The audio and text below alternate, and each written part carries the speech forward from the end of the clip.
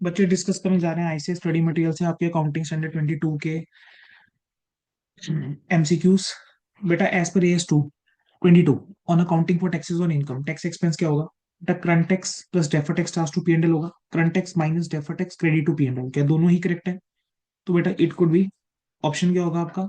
Either ए और B. Option क्या होना चाहिए? सी। जी लिमिटेड ने बेटा प्रोवाइड करा है फॉलोइंग इन्फॉर्मेशन, कह रहे हैं डेप्रिसिएशन जो है एज पर अकाउंटिंग रिकॉर्ड कितनी है? 2 लाख रुपए की है। ठीक है, और टैक्स रिकॉर्ड के अकॉर्डिंग बेटा डेप्रिसिएशन जो है वो कितने का है? 5 लाख का है। तो बेटा इनके बीच जो टाइमिंग डिफरेंस है वो कितने का है? 3 लाख रुपए का है। ठीक है, अगर अकाउंटिंग रिकॉर्ड के अंदर बेटा डेप्रिसिएशन अभी कम है, तो सिंपल सी बात है अकाउंटिंग रिकॉर्ड के अंदर इनिशियली क्या होगा? प्रॉफिट्स जो होंगे वो ज्यादा होंगे। अगर अकाउंटिंग रिकॉर्ड्स के अंदर प्रॉफिट ज्यादा है, तो बेटा हम क्या रिकॉग्नाइज करने वाले हैं? डेफर टैक्स लाइबिलिटी जो है वो हम रिकॉग्नाइज करने वाले हैं। ठीक है, क्योंकि फ्यूचर में क्या होगा? फ्यूचर में टैक्सेशन, टैक्स में प्रॉफिट हमारा क्या होगा? कम होगा एज पर टैक्स। हमारा प्रॉफिट अभी कम है, फ्यूचर में ज्यादा होगा, तो हमारी लाइबिलिटी राइज होगी। टैक्स का रेट डिफरेंस कितना है? 3 लाख रुपए का। 3 लाख का 45% करेंगे तो बेटा कितना आ जाएगा? 3 लाख रुपीज का 45%। बेटा अगर आप लोग कैलकुलेट करते हो तो ये आ जाता है 1,35,000। तो हमें डिटेल आ जाएगा 1,35,000 का। State which of the following statements are correct. कहेंगे कोई भी प्री कंडीशंस जो है कह रहे हैं वो नहीं है रिकॉग्नाइज करने के लिए डेफर टैक्स लाइबिलिटी। बिल्कुल ठीक, ये स्टेटमेंट जो है करेक्ट है।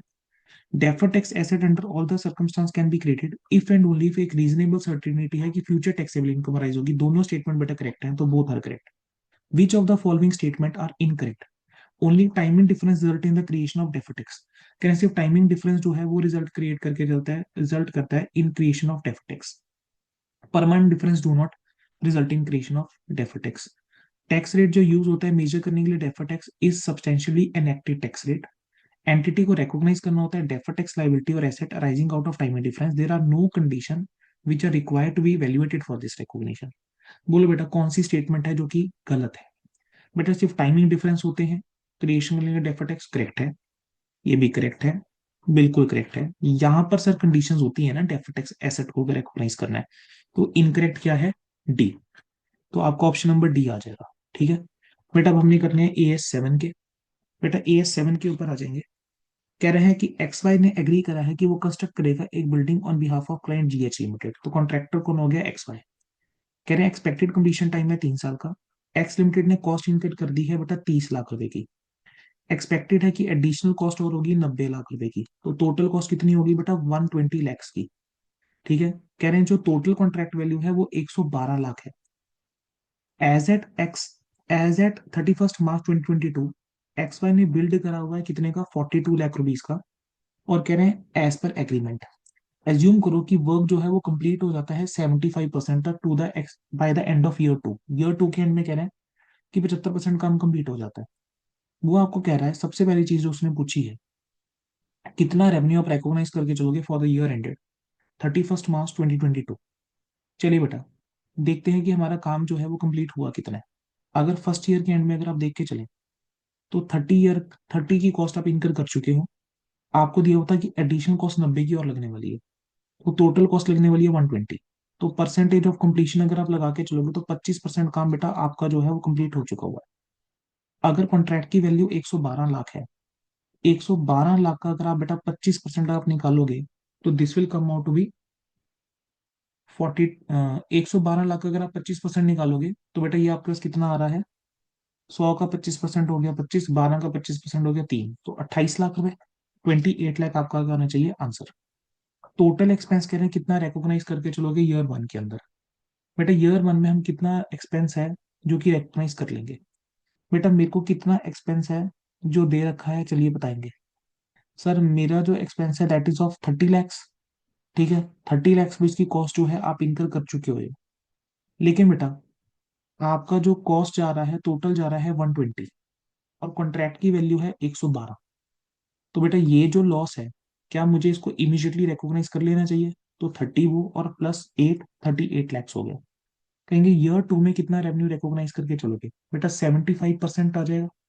अब 75% जो है अगर हम देखें 112 लाख का 75% कितना? चलिए बेटा 112 लाख का 75% ये आ जाता है बेटा 84 लैक्स।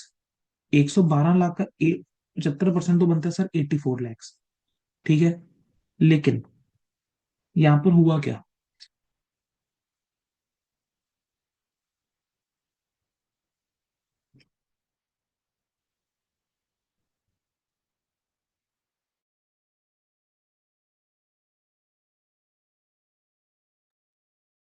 बेटा 112 लाख रुपए का 75% करेंगे कितना आ जाएगा, 84 लैक्स।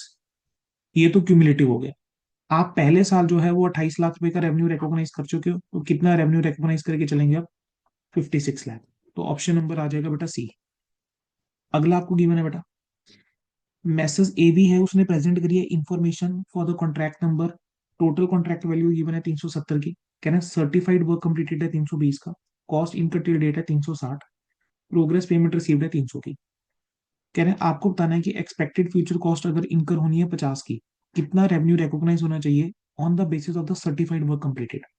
बेटा सर्टिफाइड वर्क कंप्लीटेड के बेस के ऊपर कितना रेवेन्यू रिकॉग्नाइज करके चले। सर्टिफाइड वर्क कंप्लीटेड कितना बेटा, 320 का। ठीक है, तो 320 का रेवेन्यू जो है वो क्या हो जाना चाहिए, रिकॉग्नाइज हो जाना चाहिए। कह रहे हैं टोटल एक्सपेंस जो है वो कितना रिकॉग्नाइज करके चलेगी बाय मैसेज ए बी। कितना एक्सपेंस जो है बेटा टोटल रिकॉग्नाइज होके चलना चाहिए। बेटा देखो, जो आपकी कॉस्ट इनकर्ड हुई है टिल डेट, दैट इज 360। ठीक है, और आपकी कॉन्ट्रैक्ट की वैल्यू कितनी है, 370 की है।